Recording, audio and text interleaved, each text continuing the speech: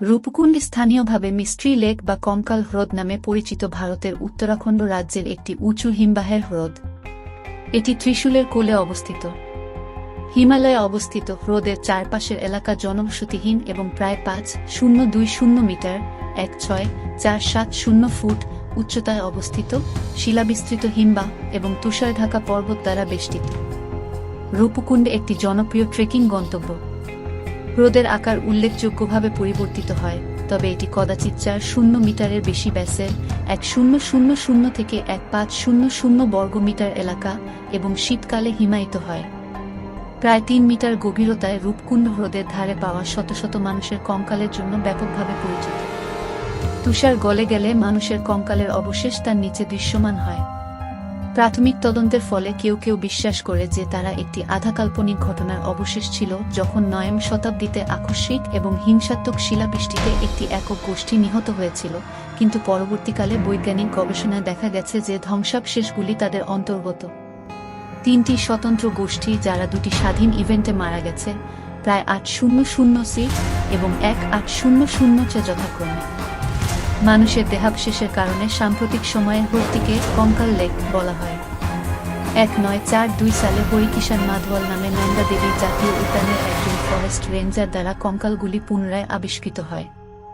প্রথমে ব্রিটিশ কর্তৃপক্ষ আশঙ্কা করেছিল যে কঙ্কালগুলি একটি লুকানো জাপানি আক্রমণকারী বাহিনীর হতাহতের প্রতিনিধিত্ব করে, কিন্তু দেখা গেল যে কঙ্কালগুলি জাপানি সৈন্যদের জন্য অনেক বেশি পুরানো।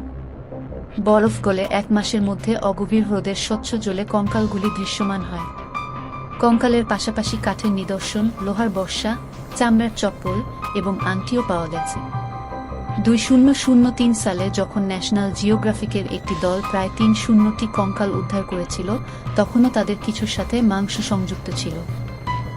স্থানীয় কিংবদন্তি বলে যে কনৌজের রাজা যশোধাবল, তার গর্ভবতী স্ত্রী রানী বলম্পা, তাদের ভৃত্য, একটি নৃত্যদল এবং অন্যান্যরা নন্দা দেবীর মন্দিরে তীর্থযাত্রায় গিয়েছিলেন, এবং দলটি বর শিলাবৃষ্টি সহ একটি ঝড়ের মুখোমুখি হয়েছিল, যার থেকে রূপকুণ্ড লেকের কাছে পুরো দলটি মারা গেছে।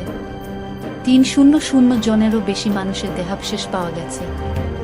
ভারতের নৃতাত্ত্বিক জরিপ 1950 এর দশকে কঙ্কালগুলির একটি অধ্যয়ন পরিচালনা করে এবং কিছু নমুনা নৃতাত্ত্বিক সার্ভে অফ ইন্ডিয়া মিউজিয়াম, দেরাদুনে প্রদর্শিত হয়।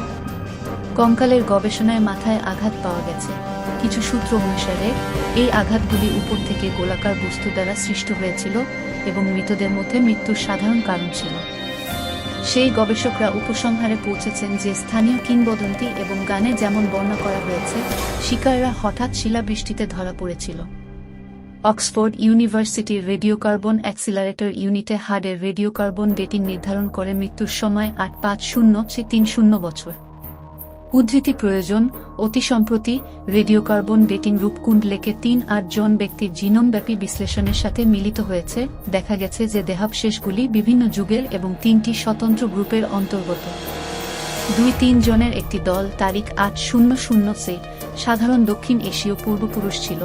একজন ব্যক্তির তারিখ 1800 দক্ষিণ পূর্ব এশীয় পূর্বপুরুষ ছিল, এবং 1-4 জন ব্যক্তির 1800 তারিখের পূর্বপুরুষদের আদর্শ ছিল পূর্ব ভূমধ্যসাগর এবং বিশেষ করে মূল ভূখণ্ড গ্রিস এবং ক্রিট থেকে বর্তমান সময়ের মানুষ।